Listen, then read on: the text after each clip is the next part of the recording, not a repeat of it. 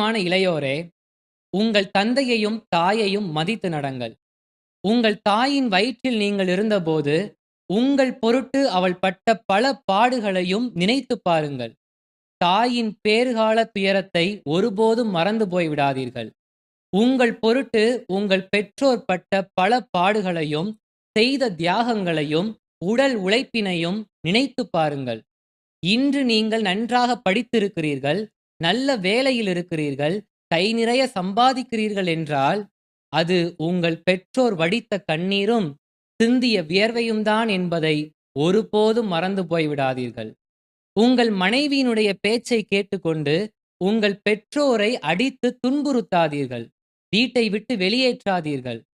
பட்டினி போடாதீர்கள். அவ்வாறு நீங்கள் செய்வீர்களானால், நீங்கள் சபிக்கப்பட்டவர்களாய் இருப்பீர்கள். உங்களுடைய குடும்பமே தரைமட்டமாகும் என்பதை திட்டமும்